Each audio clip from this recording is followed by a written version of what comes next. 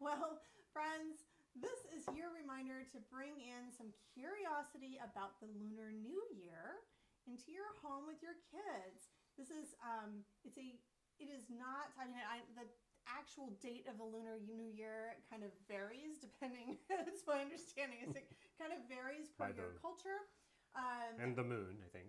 yeah, and the moon, of course, from year to year.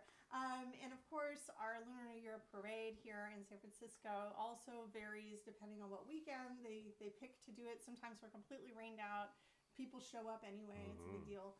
And sometimes it's clear. So we'll kind of cross our fingers for this year and see how it goes. Yeah, But I know that is not for another couple weeks. that's right. But the actual Lunar New Year itself, this year, I think, is the 29th Okay. of January. Very Yeah, cool. that's Yeah. right. So pretty soon. Yes, so it is widely celebrated. It may not be celebrated in your area, and if it's not, this is just your little push of encouragement because it's such a really it can be a very fantastical, magical celebration for kids, especially if it is not your cultural celebration. That's right. I remember when I started teaching in the classroom, teaching about Lunar New Year, and it was very, very different from the culture, general culture that we lived in, and of the population of the kids at my school. And they were just riveted. And so this is something that we brought into our homeschooling and celebrated with our kids every single year. Yeah, that's right. You said that there's about 2 billion people around the world who celebrate Lunar New Year. It's sometimes called Chinese New Year, but that's actually a misnomer because many, many people and cultures celebrate Lunar New Year, which is based on the lunar solar calendar. Yes. Now, here in San Francisco, we call it the Chinese New Year Parade. It is held in Chinatown, but generally refer to it as the Lunar New Year. Yeah, that's right. I mean, and it is, I think here in San Francisco, it is the largest Chinese New Year or Lunar New Year parade. Original New Year parade. Yeah, and it's huge. It is the biggest event that I think it must be the biggest civic event. I mean, I don't know that for a fact. City, Don't quote yeah. me, but in my own just having lived here for many years, everybody turns out. It's super fun and lots of pops from the firecrackers and the dragon, the lion dancing, and all the great stuff that you have. Now, you may not be lucky enough to live near a place that has a great big festival like we do, but that doesn't mean you can't enjoy it as well. After all, it's important to stay curious and excited about the world. That's awesome. And how you model that for your kids will really influence how they think about the world. So thinking about it without judgment or demeaning it or whatever, putting it in a certain kind of box, that's the right thing. Just going out and appreciating it and getting excited about learning, that is going to inspire your children because they're always watching what you do. Now, we have put together a list of some tips, whether you live near a place that has a great big Lunar New Year, a Chinese New Year festival or not. Here's a few things that you can do at home to celebrate the Lunar New Year. And these are very easy things that you can do with your kids to just get them intrigued and interested and to make it known that we're about to kind of study a new celebration. That's and right. then if you're inspired, you are welcome to just study this celebration for as long as you want. I know when Totally. we did it with our little kids, they loved the Lunar New Year celebrations. We took them to a big parade. They got very, very excited. We checked out a whole bunch of books from the library to really start our study, and they even started naming their toys. I think like Chinese names that they had read from the books that we were reading, which was really, really sweet. And endearing to me personally. I just thought it was really great evidence of that absorbent mind at That's work. And the willingness to just like take on other cultural elements, you know, in the joy that children do. Totally. Yeah. So we actually studied. We did a whole study of the Lunar New Year and of Asia in general, like for an entire year. Oh, yeah. Yeah, and it was great. And I remember thinking, when are my kids going to not be interested in this topic anymore? Like, shouldn't I be moving them along to other things? Or is it okay to just study one thing for a whole year? And the answer is yes. when you find that thing that your kids are really interested in and they just don't want to stop studying, you don't have to stop. That is one of the reasons that we That's offer so many themes throughout the year. Mm-hmm. It's not because we think everyone should be switching their themes at the end of every single month and moving their kids onto a new subject. It's that we want to sprinkle the whole year with a variety of topics and ideas that they might be interested in the hopes that one of those themes will really sparkle. That's right. And that it might become the deep dive that just continues for them. That's right. You never know what will inspire. So each of these tips we're about to share actually align with one or actually more of the core academic areas and lessons that you would find in the foundational curriculum, which we have here. If you are in our group, you can find it all on our little cards. Yep. And you can find more information about that. You can reach out to us and we'll be happy to direct you. Okay, let's do some of these. Okay. So what is the first tip for celebrating Lunar New Year? Here are some things. The first tip is actually super, super simple. It's something you probably already have at your home. Hopefully it's been a good citrus season already for you, because it's to get a bowl of citrus. We really prefer just like the basket of oranges that are in your fridge or your kitchen anyway, or go to the store and buy one of those little bags of cuties and take them. But instead of keeping them in the kitchen, you're actually just going to move them to your dining table. Maybe you keep them on your dining table anyway. I don't know. We don't tend to. But we do during the winter months, especially during this time of year. It brings symbolism of good fortune and good luck. And I think for me, it's like that bright color orange, knowing that I don't need to necessarily have flowers, on the table in order to brighten it up. I have these bright citrus. They're beautiful. We make different arrangements with them too. We'll sprinkle in like a pop of lime. Sometimes I like to make like citrus arrangements on the table instead of flower arranging as a Montessori activity. So we'll have the kids help and we'll like decorate a platter full of citrus, and you can buy all kinds of citrus if you really want to get into it. You've got pomelos or grapefruit or persimmons or those big navel oranges. Oh yeah. So we've been enjoying what are those caracaras? Those caracaras are a different kind of orange, but those are delicious. Those are delicious oranges. Blood oranges are so super cool and fun to sprinkle in there as a surprise. Grapefruit. It's not an orange, but it is a citrus, and some people love them. I do. Some people don't. But that's a fun experience for a little one, right? Yeah. And then see how tiny of a citrus you can find. Little pops of lemon and little limes. Is a kumquat a citrus? It is. Oh, yeah, those would be fun. So you don't have to limit yourself. So this actually might lead you into a study of citrus, which I think is a really fun connection. And I brought our life science. Yeah, so you've mentioned a bunch of the foundational lessons. There would be tablescaping, there's sensorial, there's all kinds of stuff, but you were thinking specifically about life science. I was. So it would just be fun, just knowing like you're bringing in some life science with the study of citrus, and just you don't need to overdo it either and say, hey, now we're going to study oranges, folks. Now we're studying the Lunar New Year, and therefore we will have oranges on our table. Just like make a citrus arrangement, bring it to your table, talk about how during this season of the year, many people around the world consider citrus to be signs of good fortune and good luck, and ask your kids if they'd like to participate in making arrangements with you. And then just don't stop. Like, do it for the next couple and let months. that creativity flow. Where do oranges come from? What do the original ones look like? How many varieties are there? What do they smell like? How do they grow? Yeah, there's all kinds of fun stuff you could do that would relate to botany, plus all kinds of others. Okay, all right. I have another one. And the second thing you could do is make paper lanterns. Now, this would be a practical life or art aligned activity, among other things, decoration and so forth.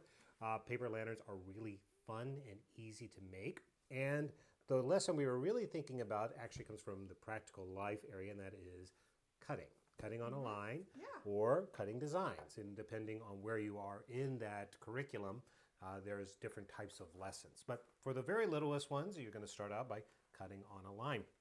You could print this and draw it. That would be the easiest way to do it. What's that? Practical life. Yeah, Yeah, practical life. but also I think humankind as well, Of right? course, I mean, decoration. obviously, yeah. Yeah. So I don't know if you know how to make a paper I don't. lantern. Show us. So actually, you're going to make it, and I'm going to tell you how to make it.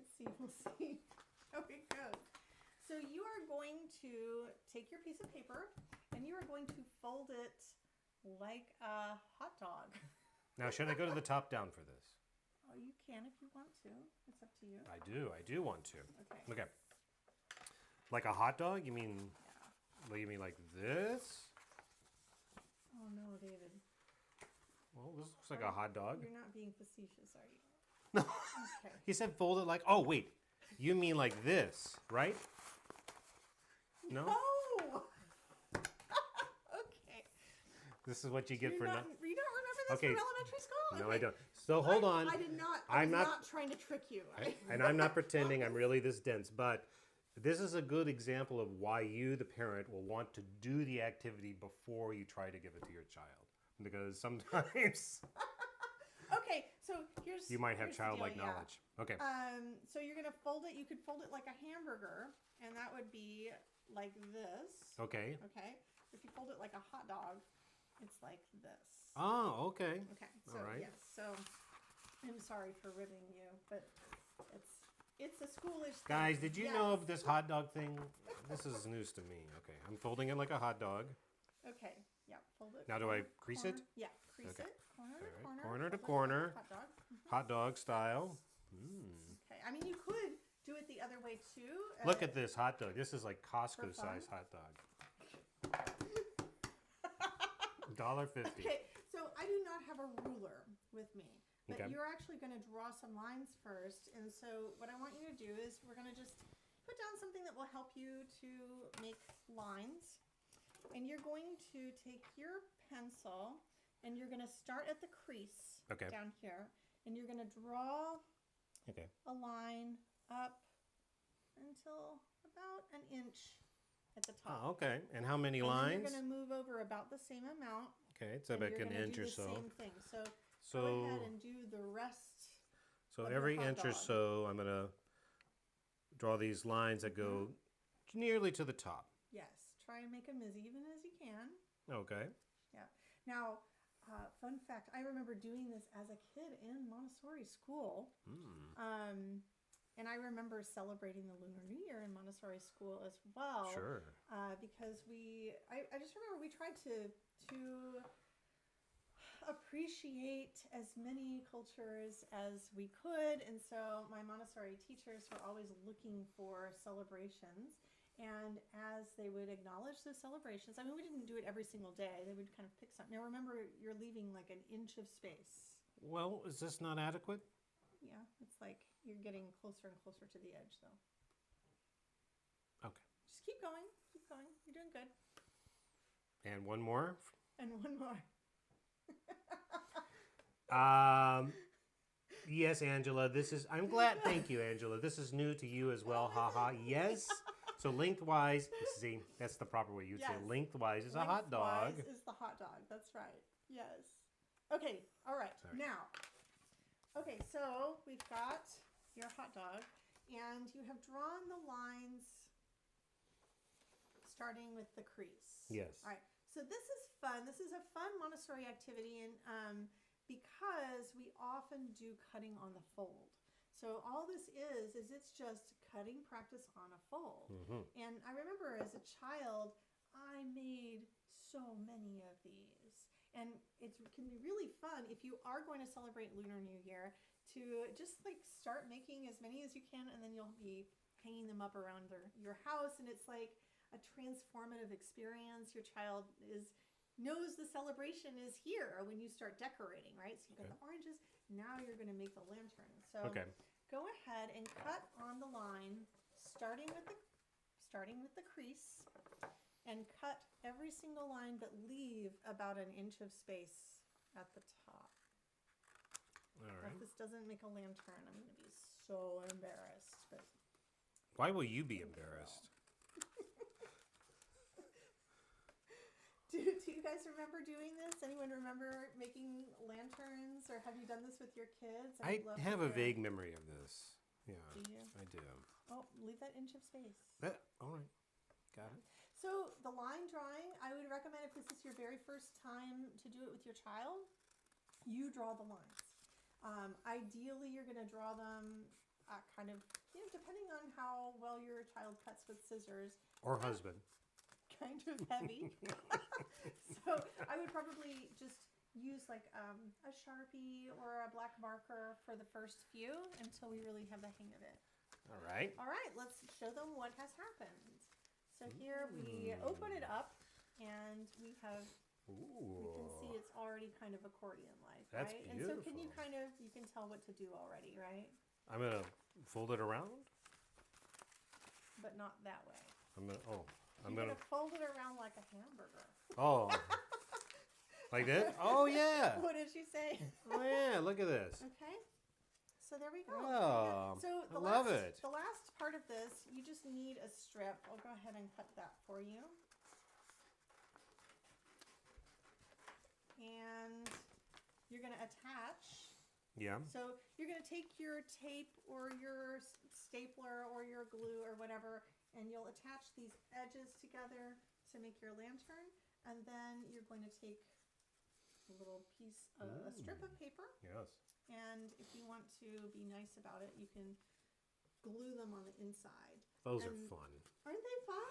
I would love to draw, because sometimes lanterns have decorations and patterns, and so that'd be fun too, like to pre-color the paper. Yes. And then cut it out. Something else that's fun that you can do, I don't know actually if I have a piece of yellow paper, I can go look, but something that is fun is you can get a piece of paper, here, roll that up like a hot dog. There you go, perfect. But don't fold it, yeah. So you can see, stick yeah. a piece of paper inside. You can imagine if you had cut it to the right size. Or if it was attached, that you can actually see the color coming through. Yeah, and that's if this beautiful. were yellow, it would look like it was a lit up lantern. Yeah, that'd be cool. Yeah. So I hope that if this is new to you, I hope this gives you some ideas for what you could do. Yep.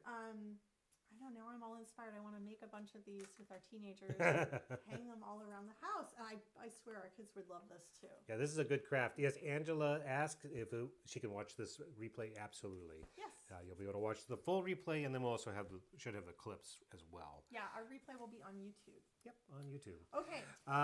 Okay. So next one. So another one, and that this is another craft with those paper. I think we just cut our red paper, but it is to make red envelopes and put money inside. This is a very traditional part of a Lunar New Year, specifically Chinese New Year. I'm not sure if all other cultures do, but red is a lucky color.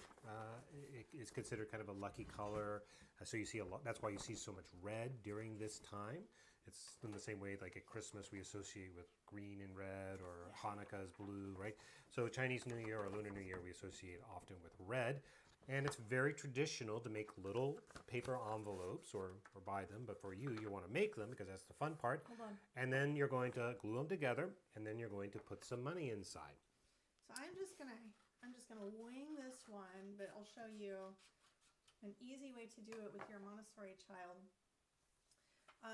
So ideally I would have measured it, used my ruler and measured it so that the sides are going to be perfect, okay? But even if you don't, it's still fine. You can still trim it up afterwards.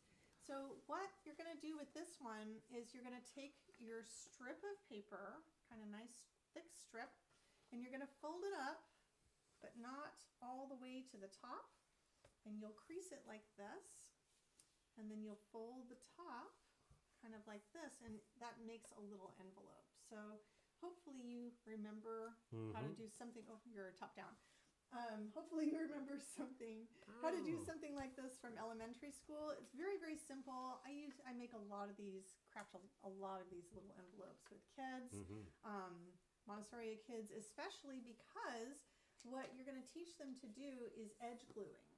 And this is another practical life activity that you can find in our lessons in the book, is edge gluing.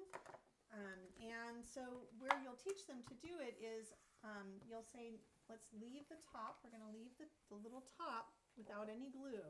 But then we're going to put glue all around these edges, all the way up. And I like to do this with a little glue brush rather than, you could use a glue stick. We actually have a whole video on gluing. If you want to watch that, it's a good one. That's right. It does. And it teaches the whole process of edge gluing. Yeah, so it's on our YouTube channel. And then channel. you'll fold it up. So I would give your child the pre-folded red envelope. And then they will do the edge gluing. And then they will fold it up like this. Okay.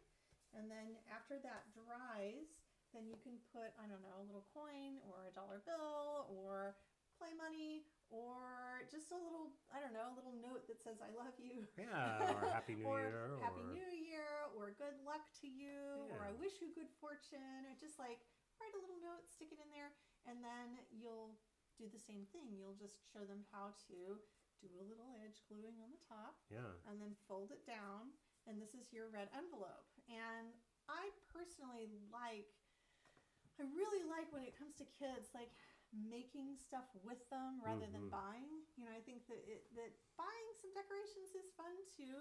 We tend to go support a little local store, buy a few very easy little decorations, and then just reuse those every single year. That's right.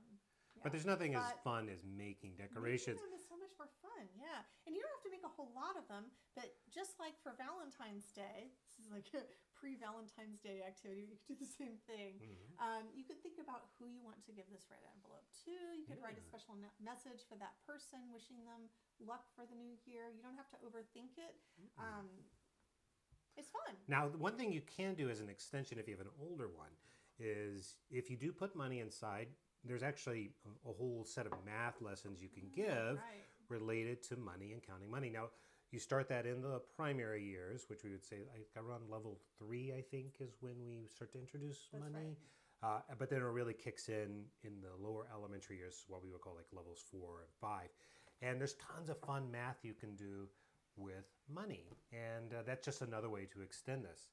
Dana says, my husband remembers getting these as gifts when he was a kid. She says Vietnamese culture does the red envelope with money inside his gifts as well. Yeah, that makes sense to me. Do you remember the first time you ever received a red envelope? I was at Montessori school for sure. Is that right? Yeah. Now I was a grown up. we were in Dallas and we had gone to a Lunar New Year's festival. Oh, I remember that too. Yeah, and I don't remember what the circumstances were that took us there. Their friend invited us or something, and and they gave out the red envelope. I was like, what is this? And so even adults can learn. Even adults have fun. Even adults have fun. Yeah. No, it's an awesome. It's just an awesome cultural practice. Okay, I'm going to bring in a different subject area for us and encourage you to take this time to do a little bit of studying of Asia while you're sitting there. You've made these crafts. The next step might be to locate Asia on your globe. Or if you have a continent puzzle at home, to get that out and learn the names of the countries and see if you can identify some of the ones that might be celebrating the Lunar New Year, like Vietnam, Korea, and Thailand, Taiwan, and China, and all over. Right, I know. Yeah. Like all over, yeah. So 2 billion. That's a lot of people. It's a lot. Not that there aren't people celebrating the Lunar New Year elsewhere in the world, but it's just a fun opportunity to get out those maps. Yeah, and so this would be our 4th tip, study Asia. And this, there's a lot of ways to study it, but in this case, we're really thinking about kind of from the the map perspective. So there's physical science, which is looking at sort of the formation of the earth and the land structures themselves, so the earth as a thing. So where are the mountains? Where are the rivers? Where are the borders? What's a peninsula? Or looking at the chain of islands that is Japan, and thinking about how they were formed and the volcanic activity, thinking about the Ring of Fire and its influence on creating this. So that would all be in physical science. And then you could add to that the the humankind component, which is the political geography. So the Earth is the Earth. Let me switch to the up down.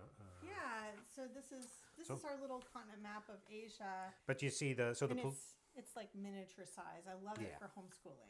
Yeah, so this would be a political map, right? Because it has the nations as humans have decided to define them, the face of the earth, in the different colors. So you would start, or you could start, we would suggest starting with the physical shape of the earth and thinking about the landforms themselves. That's where you will begin your study, and then you will introduce the political geography. So what is this place? Well, there's a series of islands. We call it Japan.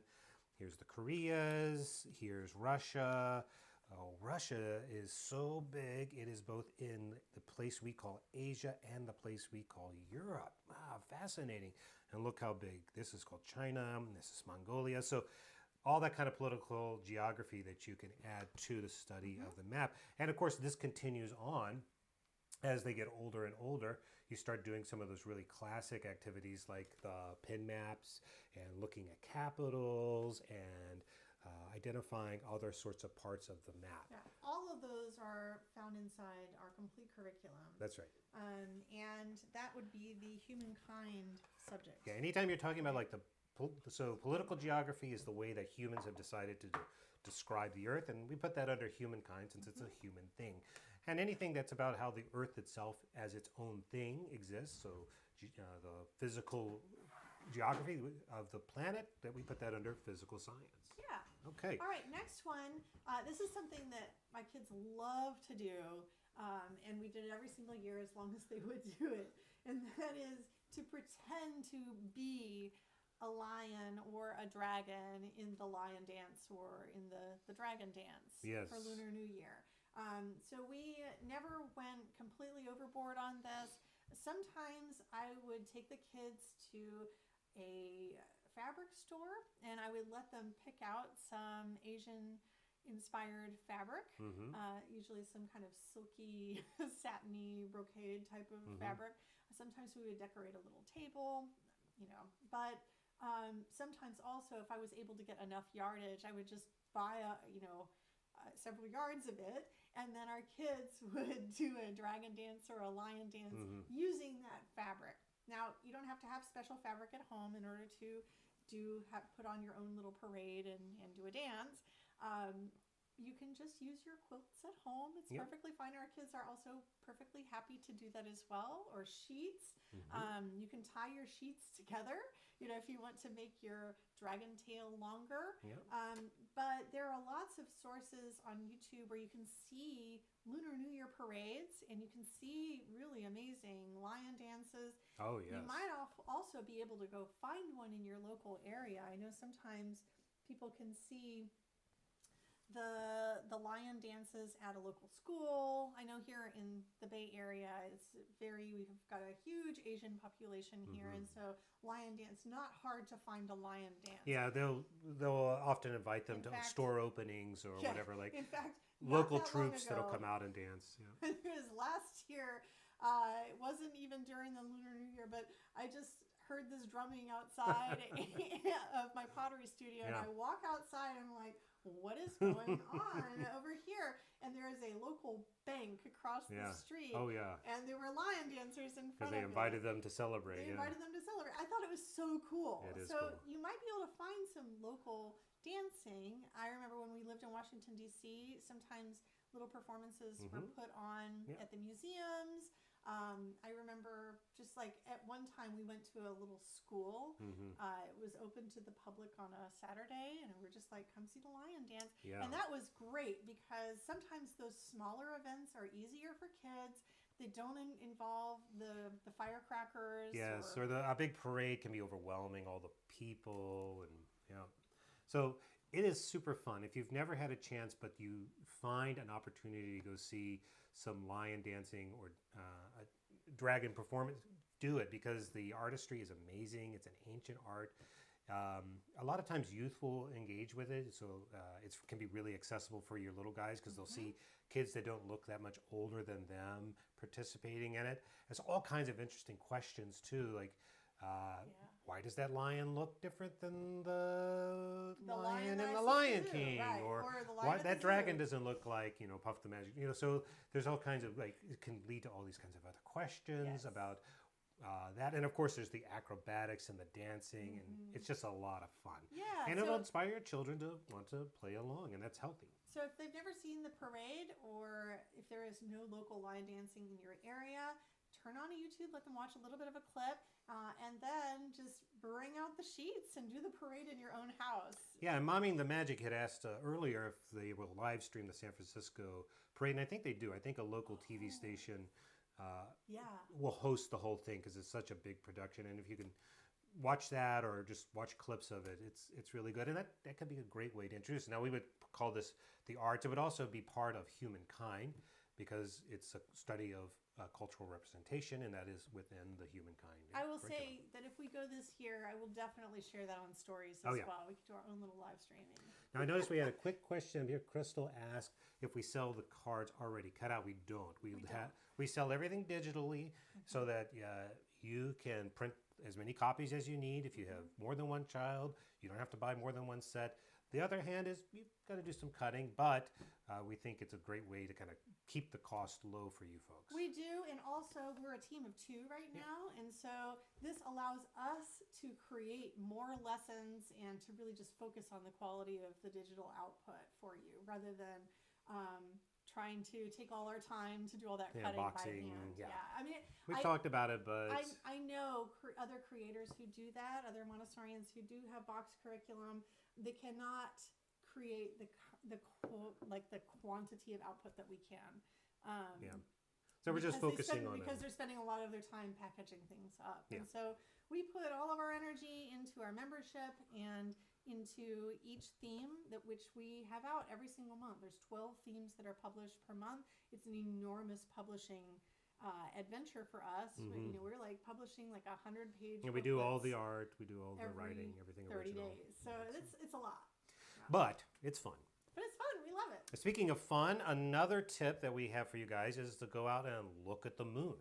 Yes. Study the lunar cycle. Of course. In fact, we did a whole unit on moon. Speaking of moons and past themes, so if you're in the complete curriculum or unlimited curriculum and you didn't get to study moon before, it's one of the most popular units we ever did. We did it a couple years ago, but it's available in the library. Just go grab it.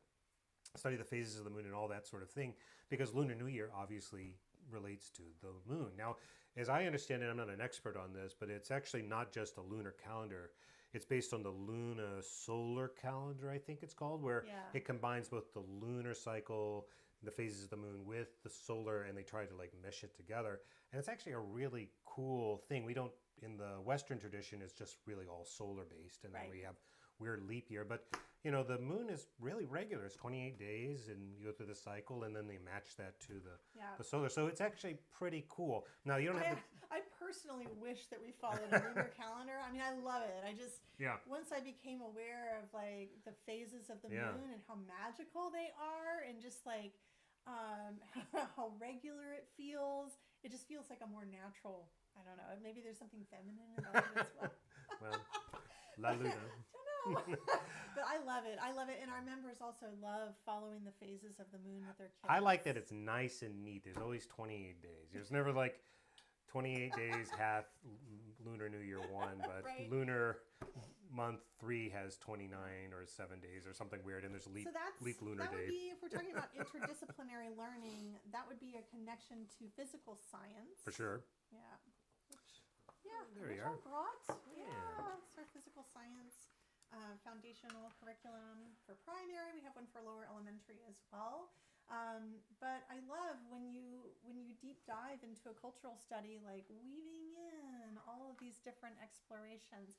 You don't have to make sure that you have every single subject area represented when you do a deep dive into a cultural study like this. But it's really nice if you can look at your foundational curriculum and say, hey, I could incorporate a little bit of this and a little bit of this, and it kind of pulls it all together. I mean, because the fact is, your little guy may not be all that interested in Lunar New Year for whatever reason. It's just not sparking the excitement. But they're totally into astronauts or something, right? And so you can say, study the moon, if that's where their mind is kind of taking them. Oh, I was going to say something too. When you said that, it brought to mind a truth that I experienced as a homeschooler, which is sometimes your kids aren't interested in the cultural study that you're presenting to them this year. That's true. But when you repeat it again next year, they're like 100% in because they know what to expect. They're excited. It's kind of like Christmas. Yeah. If you celebrate Christmas, like your child's a lot of anticipation. their first Christmas, they're not really sure what's happening here, and they're just absorbing and taking it in. But like the next year, they're anticipating, and so it's the same thing when you bring in these cultural That's true. celebrations. So don't be discouraged if your little ones aren't over the moon, because it might just be something that sinks in. We get that question a lot, like I put this out and they won't do it, or I show them and then they wander away. Yeah. 9 times out of 10, the child is going to come back to it and show you that they actually absorbed a lot in ways that you would never expect. So stick with it. Be persistent and joyful. Okay, we've Last got one. one more activity for you. I know it's a lot, but these are like, this is what we did every single year with our kids, these things. Yes. So the last one is to make dumplings. Now, I remember when you were given your red envelope for the very first time, it was probably the same time we learned to make dumplings. It probably was. We had friends who were, I believe, from Taiwan. Yes, and we went to a Lunar New Year celebration, I think, in Richardson, Texas, which is a suburb of Dallas, where we lived at the time. And so they invited us over to their apartment. They were celebrating the Lunar New Year for themselves, and we were just invited as friends. And we showed up not really knowing what to expect.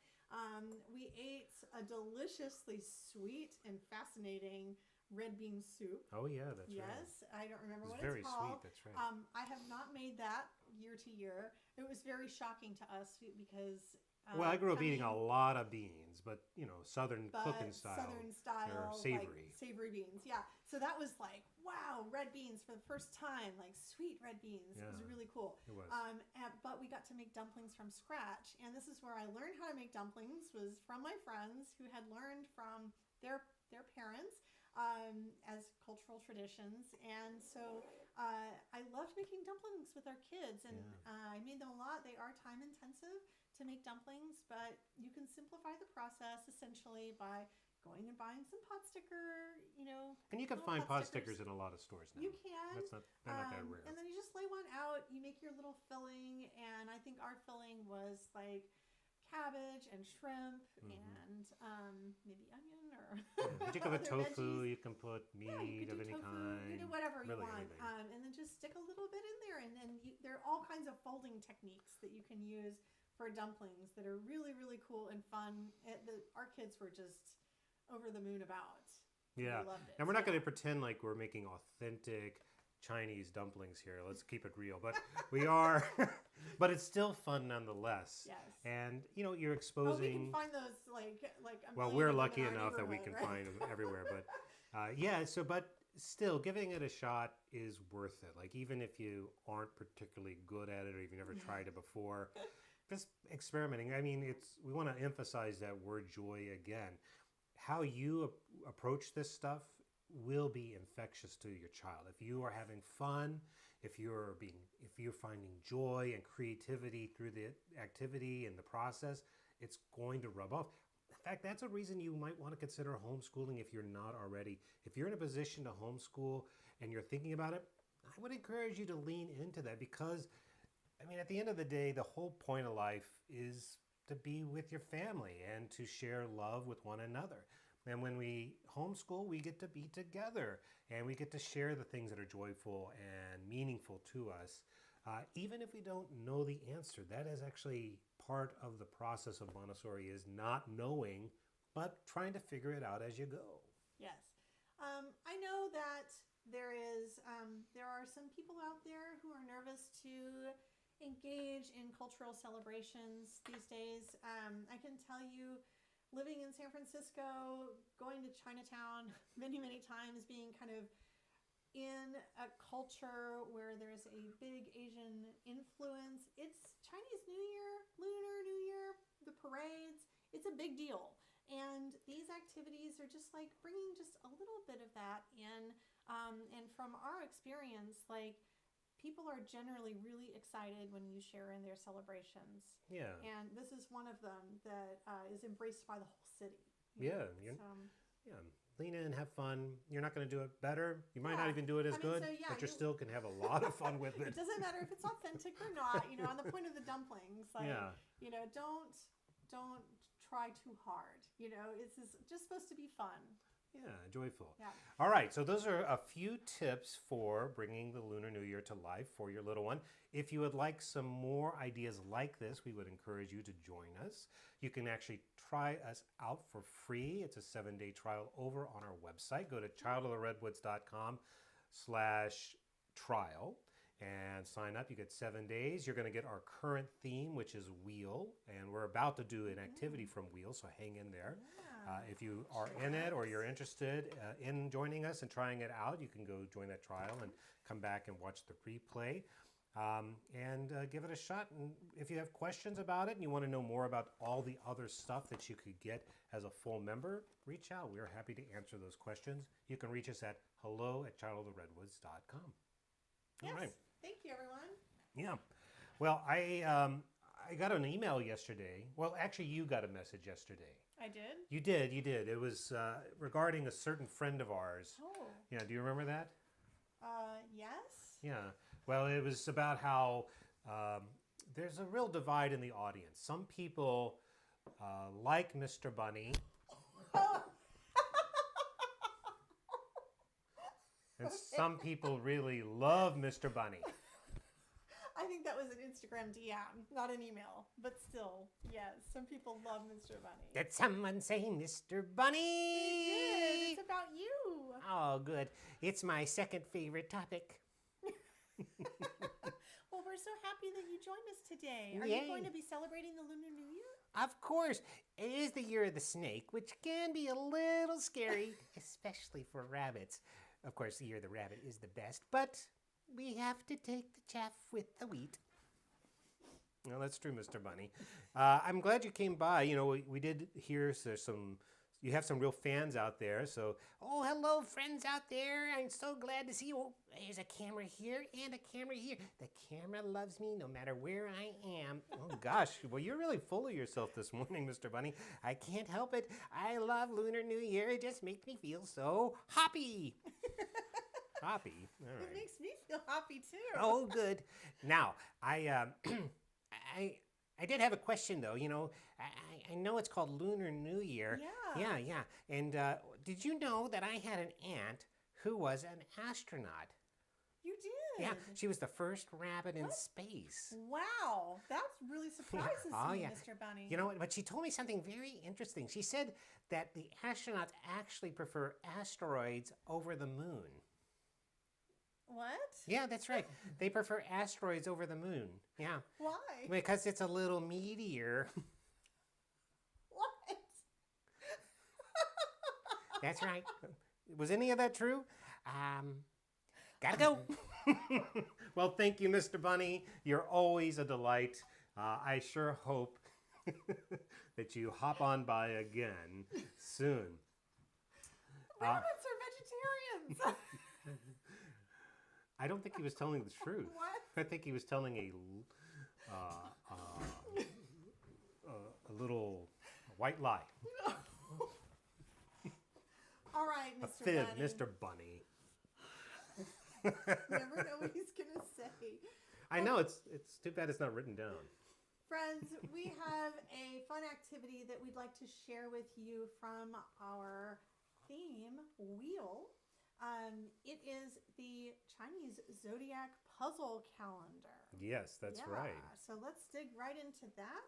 Our members have been exploring this calendar, which is awesome. I don't know if you were able to. I didn't bring any photos over, but we can post some over on Instagram. Okay. So for those of you on Instagram, or those of you who are not on Instagram, head on over to our Instagram account and you can follow us, and we'll have some stuff there, I You think. want to do a little overhead? Absolutely. Okay. And I'll kind of give our friends a little peek into Wheel at the same time. So to give context, this is from our current theme of Wheel, which our members are doing right now in our membership community in the complete curriculum. They are integrating these lessons in with the foundational lessons as well through our card system. All right, and we can talk more about that later. But inside Wheel, we actually have cards to kind of guide from week to week, and let's see where this one is on, the Chinese zodiac puzzle. It's actually this week. This is week 3. It is actually in So if this you're week. in our membership community and you're following along, you should be in week 3. Yeah. And one of the 2 major activities that you'll be doing is this this Chinese zodiac puzzle. Correct. Okay, so here's the context. So we have been exploring the concept of wheels through a bunch of literature. The kind of books that are in here are about pinwheels and bicycles. The Ferris wheel, as you may have guessed from the cover page. Spinning wheels has been also a little bit of a theme in there. There are some great literature connections. This book, What Do Wheels Do All Day, is super cute. Yep. I highly recommend that. If you are studying the Lunar New Year, you might consider the book A Sweet New Year for Wren. I think it's a fairly new book. It looks adorable. Yeah. Okay, we've been studying some art as well. We've been making tracks with wheels. That was a really good one. An A lot of art the kids activity. really like doing that. It's basically you're painting with little cars. And because we're Montessorians, we love to do activities that encourage children to sort. And so here we have an activity that's about sorting things with wheels, whether they are motor powered or human powered. And that one has been really fun to see what our members are doing with. You wanted to? I was going to show that. Can I grab that one? So here's Yeah. some examples of these We also parts build cards. in control of error into our cards. Yep. So on the back here, you'll have an icon, a little engine to represent. Is that what that is? Or a foot. Or a foot. Okay, so human powered, just so that they can self-correct as Montessori does. A lot of our members have been making paper pinwheels, which I also remember doing as a child. It's another fun craft activity you can do with construction paper very, very quickly with what you have already at home. And they've been experimenting with pulleys. Yeah, now we've seen a bunch of awesome photos. If you are watching this and you're in our community and you haven't shared a photo yet of it, I'd love to see them because they're so fun. Basically, you're teaching your child about the simple machine, a pulley, and using a rolling pin. So in our example, we suggest putting the rolling pin between 2 chairs, but I have seen rolling pins or other fulcrum points in all kinds of positions, including someone hung it from the 2nd story of their house. They have kind of like this open design thing, and the kids were raising and lowering their cubbies. It was awesome. I know. If you've taken our primary course, I told a story about how our kids ran down to the basement and found a pulley and experimented with us. That pulley was bought because it's a really, really great exploration. Rolling pins are an easy way that you can do it at home yourself with just the materials you have. That's right. At home. We also do parts of a bicycle, and that is fun. We always include a parts of activity inside our themes. Yep. I don't know where that one is. I think it's at the end. Yeah, because it's a little book. Yeah, because it's a little book. So this actually includes several things, including this booklet. Yeah, little parts of a bicycle. It's a control book. And here we get to the zodiac puzzle calendar lesson. Okay. All right. So I'm going to get out our materials. Do you want to very briefly kind of read what is needed for that? Yeah. So you're going to have printed, double-sided, and cut out the Chinese zodiac puzzle pieces. You're going to use cardstock for longevity if desired. Print the control page as well. I got my scissors over here. Okay, so we've got the puzzle pieces here, and we've also got these, and I cut these out as well. The yin and the yang, yep. You're going to familiarize yourself with the puzzle, so there's a control up here at the top to make sure you're putting it together correctly, and the correct way to put it together will be in calendar order. In calendar order, That's right. The 2025 comes before 2026. And then you're going to gather the animal pieces first and present them in the order of starting with rat, ox, tiger, rabbit, dragon, etc., etc. Okay. Okay, now this is the control, so I'm just going to have this on standby, right? Yeah. All right. Now this is meant to be like a puzzle. Now we're kind of cutting a little quickly here. You can cut them on thicker paper or do them. And this is a really big work. We're not going to be able to do this entire layout here on the table. Yeah, because we made it as big as we could. But you'll be able to see kind of where we're going with it. This is really, really fun. right, so this is the year of the snake. It is, yeah. I'm cutting out the year of the snake. Now, for those of you who are in the community, we did not know. So, of course, we always do all the art here to go with the activities. We don't use clip art or pre-made stuff. That's right. Unless it's a photo of a real thing, in which case we'll go find a really good photo. But in this case, we created... By we, you mean you. Yeah. But in this case, so we drew all these. And if you are in our community, I was actually going to ask if you are in there watching, I was wondering if you guys would like watercolorable versions of these zodiac animals. And if you would, let me know. Yeah. Yeah. That is the way our community works. For those of you who are wondering, we are very much a community-driven little Montessori publishing small business, right? So that's another reason that we don't just have decided on just a few themes where we have curated everything always ahead of time. We rely heavily on community feedback. You tell us what you want to see in the curriculum, and then we create it. Yeah. And the theme of wheel was requested by a member a while back because their child was just really into cars and trucks and moving vehicles and spinning things. And so this was a direct result of community influence. So we've always worked that way. Yes. Inside, our community, which used to be a separate program just called Constellation. Yep. Oh, you can see how this is this going to come together really Yeah, so beautifully. let's just start with those two. So you would have cut out the whole set. And actually, you're going to cut out not just the wedges. Let me cut out one of the middle pieces too. Well, the middle pieces Oh, no, are here. they are. Okay. You're right. So you're not just going to cut out the wedges. Like, where are the Who middle created pieces? this thing? You're also going to, you're actually going to cut them further because part of this activity, the reason it's a puzzle, is you're going to match the critter, in this case a rat, with the word rat. And so it's a reading activity. And of course, because each of these pieces will otherwise be identical. Okay. Right. All right. So the idea is, this whole, and you can see the puzzle all put together, in the control. Ideally, with a puzzle like this, you can, if your child is reading, and they're aware of numbers, obviously, they will be able to kind of figure out, like if this says snake, they'll be able to find the snake. You can read it to them and help them put it together. And then you can use your control to check, like, did we do it correctly? That's and right. You would just start with one and go around and match. This is a really good activity for visual discrimination because kids have to learn, like, how to look at something and then look at something that is, well, this is particularly difficult because it's a completely different size, and there's a lot of pieces in That's here. right.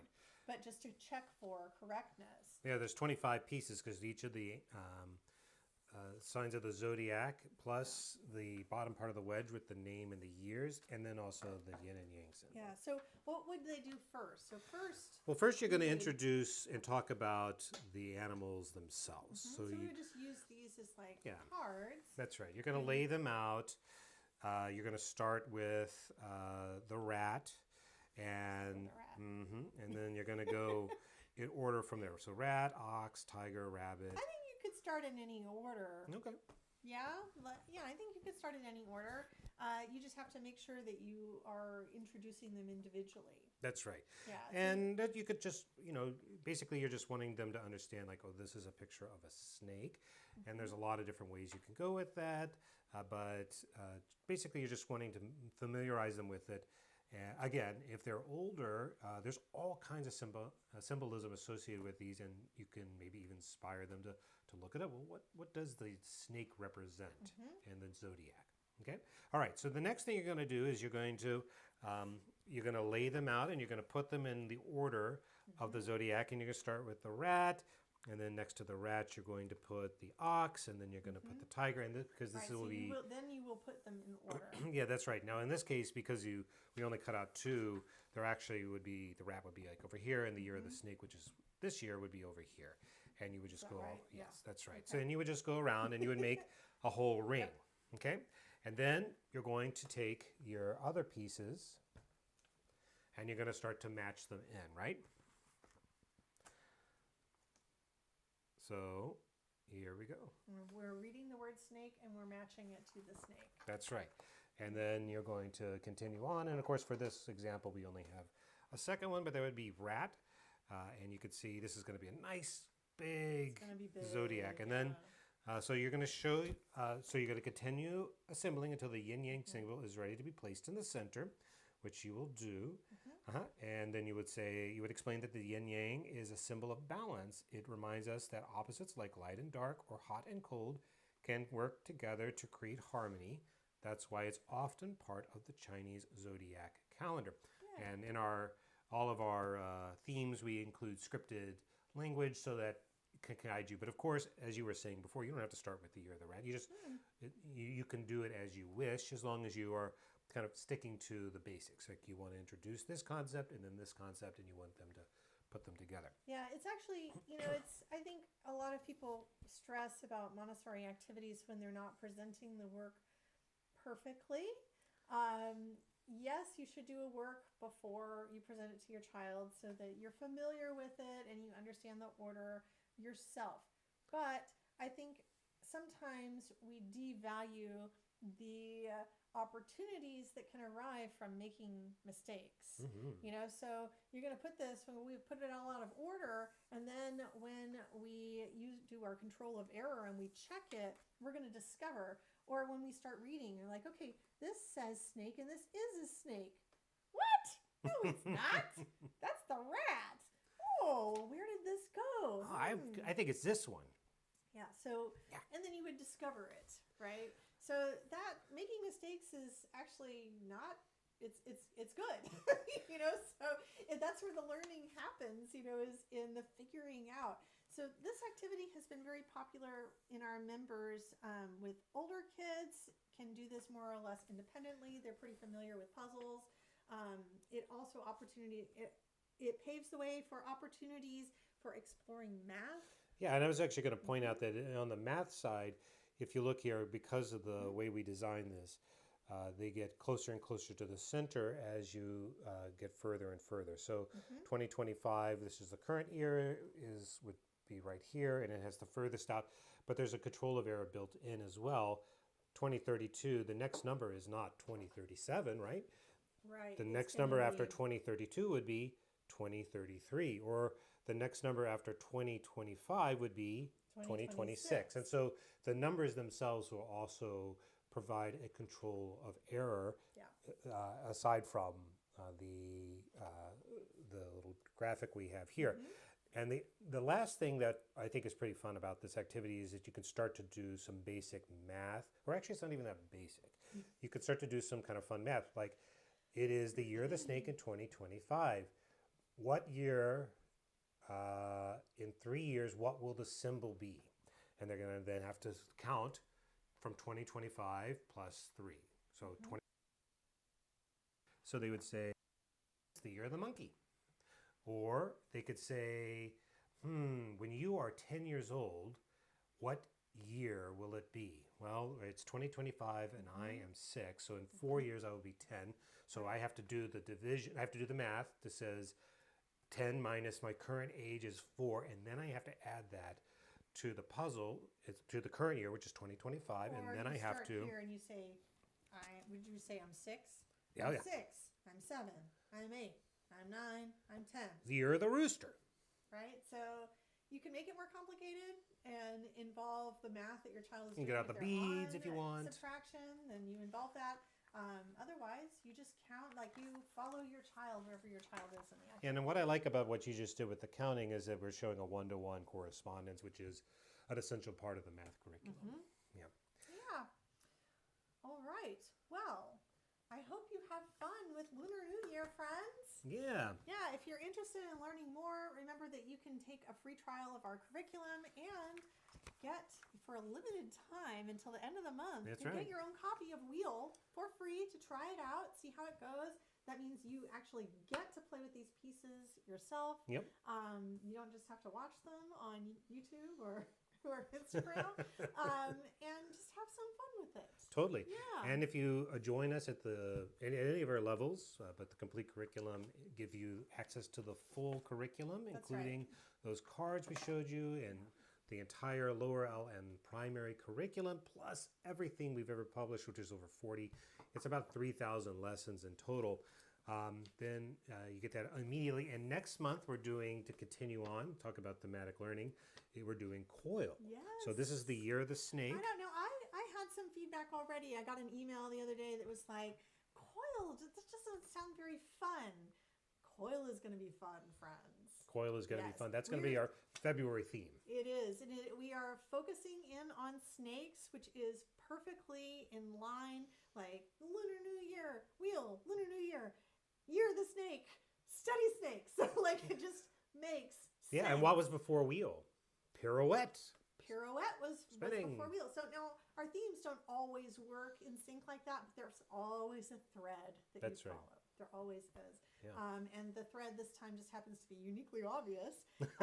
So we're not just going to be studying snakes, though. If snakes creep you out, don't worry. There's going to be slinkies in there. There's going to be maybe the Tesla coil will make an appearance. Yes. You know, Oh, who yeah. knows? Finding coils in the world. Also, curly hair. Oh, If you yeah. have a kid with curly hair, those are also coils that we can explore. So we're going to be exploring all kinds of things. Yeah. So we'd love to see you over there. If you have questions, you can reach us at hello@childoftheredwoods.com. If you go to our website, childoftheredwoods.com, you can click the chat with us button, and we try to be available as often as possible. So if you say hello, you actually will receive and you get a message back. It's actually one of us. Oh, absolutely. That's a really good point. You can also DM us on Instagram now. Yep. And I can tell you the person who will be answering that is right here. That's right. We don't. There's no bots. There's nobody. There's no bots. There's no person. You know, we use systemic automation, you know, to help us with our workflow. But the people behind it are real and here, and we're the ones who will always be responding to you answering your and questions. creating your curriculum. That's right. Okay. Well, we hope to see you next week for another Power Hour. You can find us here. You can find us on Instagram in the meantime. Otherwise, stay warm and happy out there, and happy Lunar New Year. Happy Lunar New Year. Bye.